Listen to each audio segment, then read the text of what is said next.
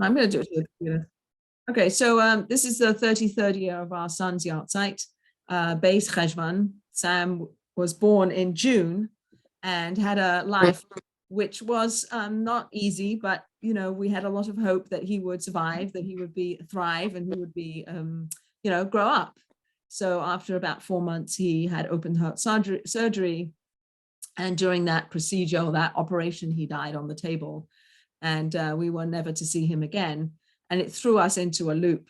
And I actually wanted to link it a little bit to the Parsha Noach, this learning, and the idea that learning and saying Kaddish and many things that the living do impact the afterlife of the dead, that what we do in our being good because of them, doing goodness, learning Torah, saying Kaddish, bringing God's name into the world, adding light that is directly linked to the deceased, affects their afterlife, affects their position, whatever that means, like elevates them in the highest of worlds, maybe takes them a tiny bit closer to the heavenly throne, to the Kisei HaKavod. I learned recently, actually, that there were a number of things that were created before creation, that creation started after the creation of Torah. Torah was already in the world before the world was created, and Torah was used as the blueprint on which to project, through which to project the world.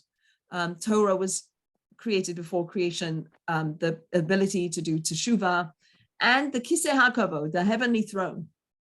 Again, I don't really know what that means. You have an image of a king sitting on the throne, but it's not that. But whatever it is, there is a teaching in the Talmud that teaches that babies, souls of babies, sit under the heavenly throne, and they learn Torah for a portion of every day. They learn Torah with God. And I have no idea what that means, but whatever I can do in this world to elevate and to push soul's neshama, Sam's neshama, a little bit higher is something I feel very desirous to do. And it kind of keeps me connected to him, keeps him alive, keeps him somebody who lived and impacted the world. So continue to impact the world for good. So that's my little introduction. And so like to link it to Parshas Noach. So I think I never really thought about it. And I did speak about it a little bit in my little, I'm waiting to see what my friend, I knew there were a couple of people who are coming, but they're not here.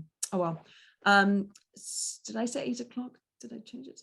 Anyway, that Noach went into this ark and he was protected from the outside world that was being destroyed. And when he came out of this ark, he had to start all over again. It was a new world. It wasn't the world that existed before he went into the ark, right? It was a whole new existence, and he was a whole new person, having gone through the destruction of the world. And then he came out and there was only him and his family and all the animals.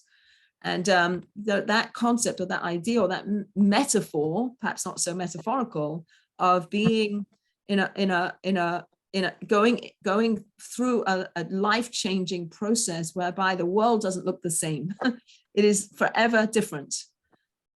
And now you have to navigate the new world. Now you have to be in that new world. And how are you in that new world? So one of the things that I've been thinking about quite a bit lately, and I can't minimize the screen when I'm recording, but I had a flyer that I wanted to post and I can't see it.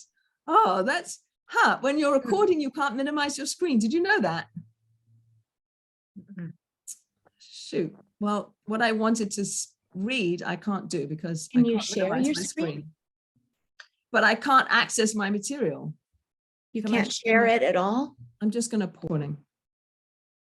Okay, so to continue with the Noach story of Noach being lonely or feeling a certain amount of solitude, and if there's a difference between loneliness and solitude, but somehow this concept of Noach, or thinking about Noach as being somebody coming into this new world where there isn't anything, there aren't any people. Whatever was in the ark, that's all there is. And now he's coming out and he has to start a whole new life. And it says in Noach that this one will bring us relief, that he was named Noach because Noach means to comfort, that he will somehow comfort the world, that he was named that before the flood, that somehow it was a Ruach HaKodesh, a divine prophecy that Noah's father had, or mother and father, when they named him, that he would that he would bring some kind of comfort to the world. And in fact, it's taught that Noach was the person who invented the plow and all the instruments that are used to plow the earth so that they could plow it and grow wheat, etc.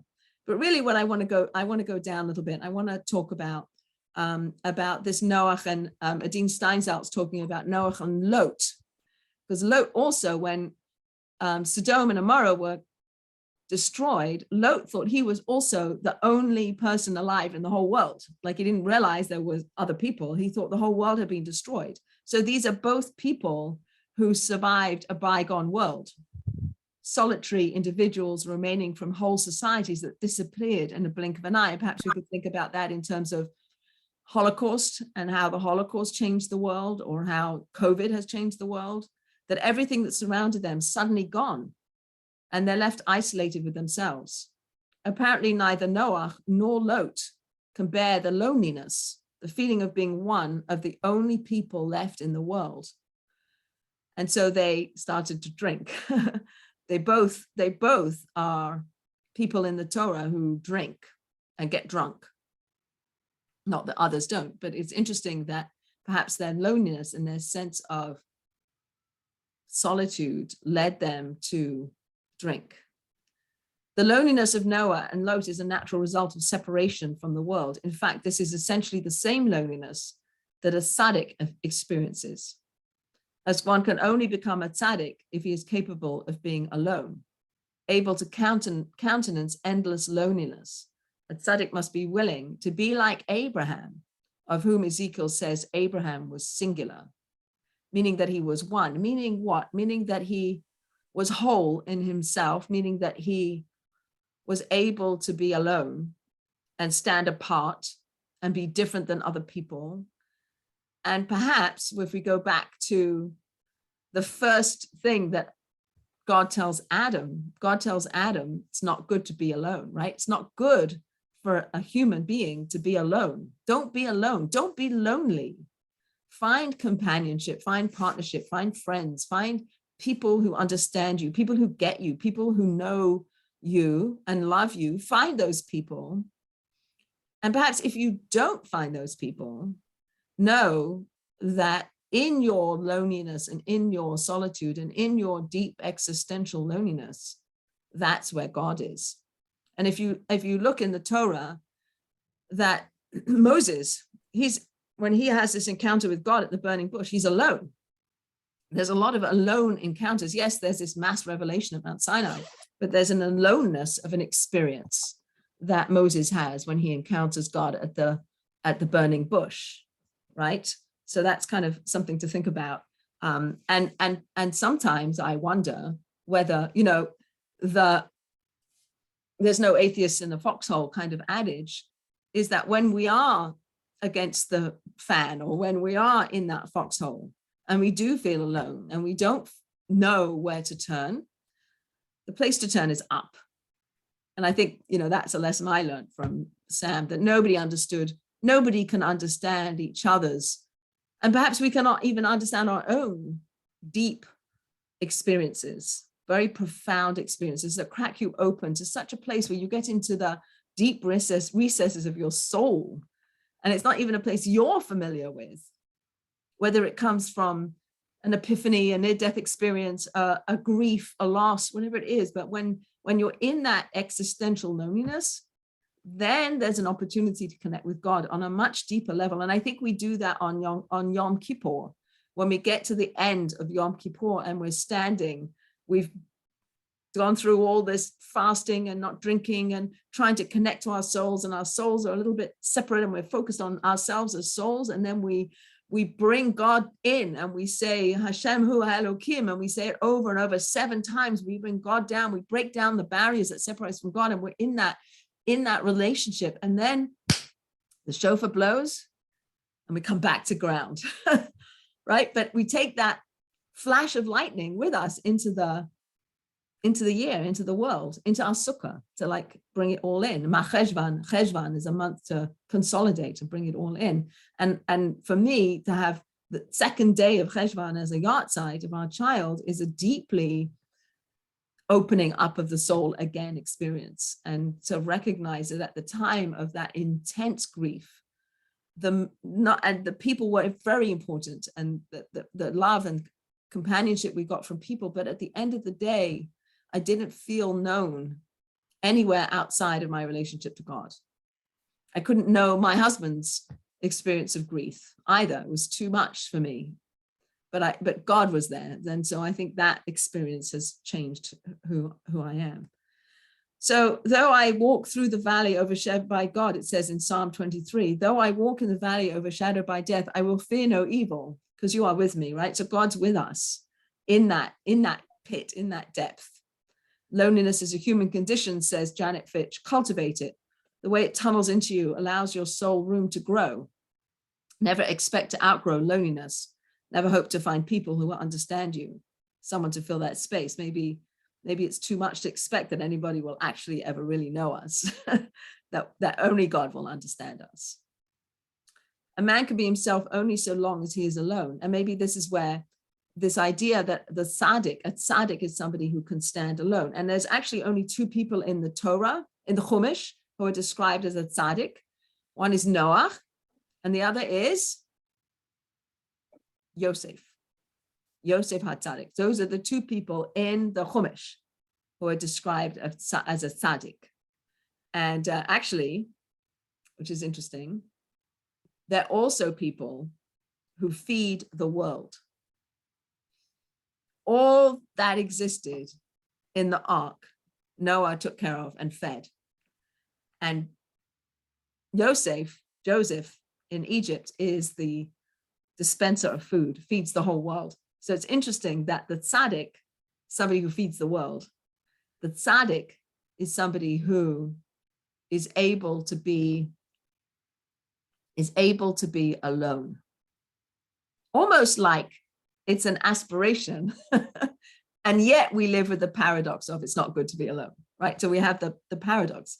And I was talking to somebody earlier today about the concept of hispodidus, so this idea of meditating praying to God in the fields, in the woods, talking to God, having a one-to-one encounter that's not encumbered or limited or something by a prayer book.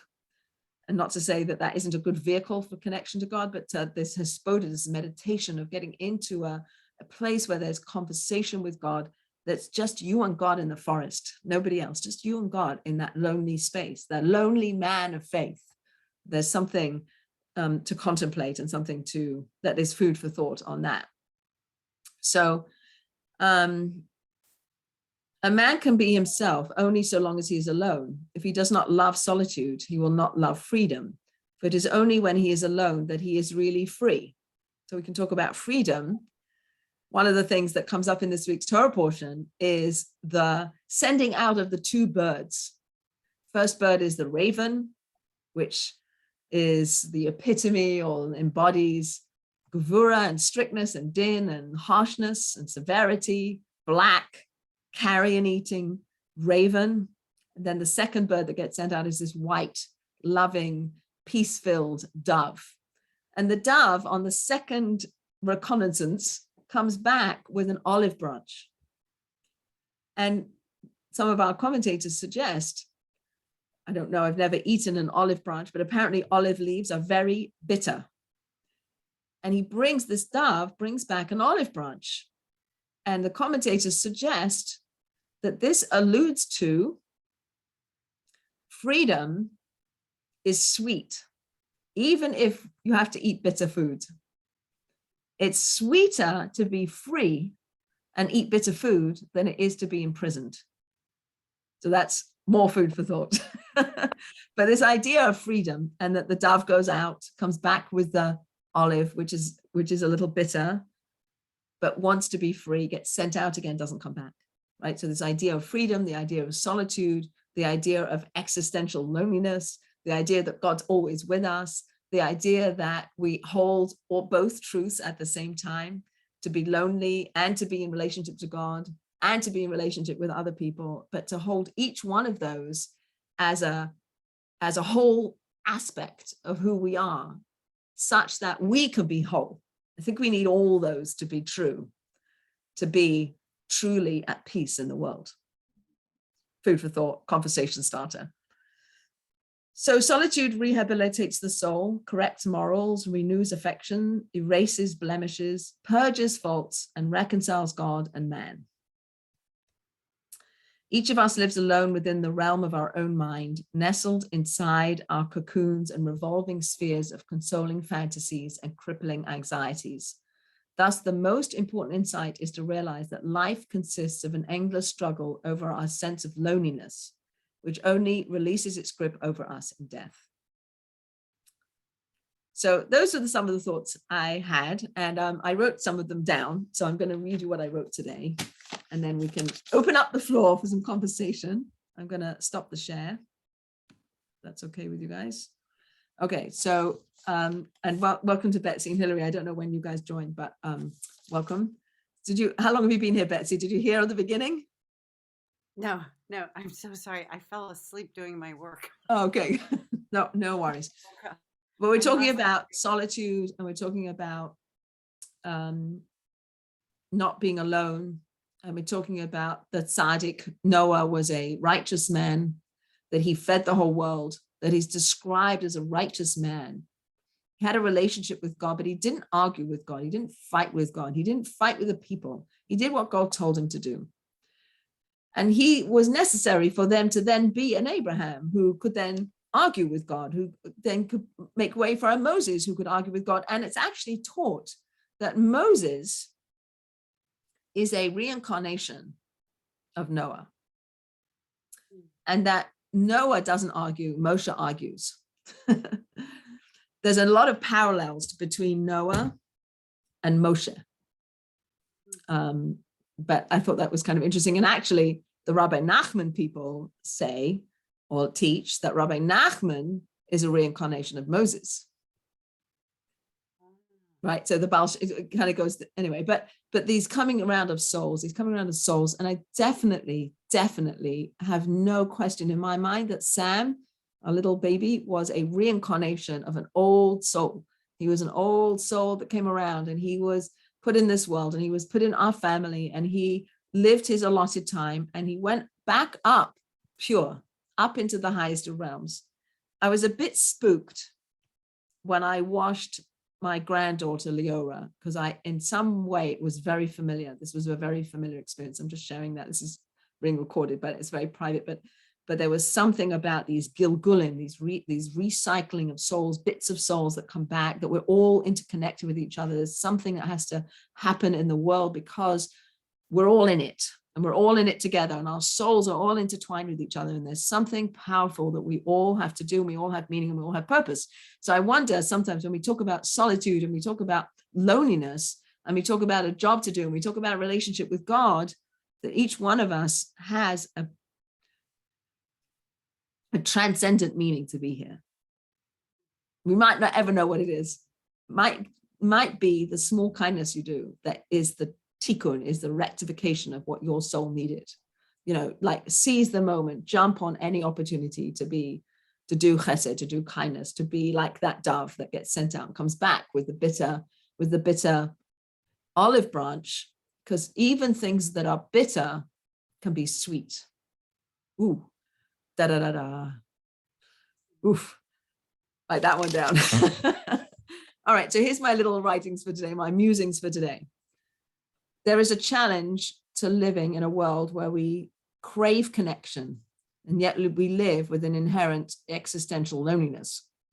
God tells the first man that it's not good to be alone, and yet deep within, we have a part of ourselves that even we don't understand.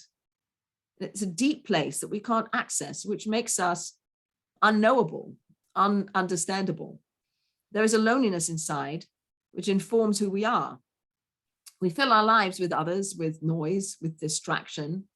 Noah took a whole year to be inside the ark, away from the ravages of the rains which destroyed the world. The whole world was washed away, and Noah, his family, and all the animals were cocooned in the teva, in the ark. By the way, both Moses and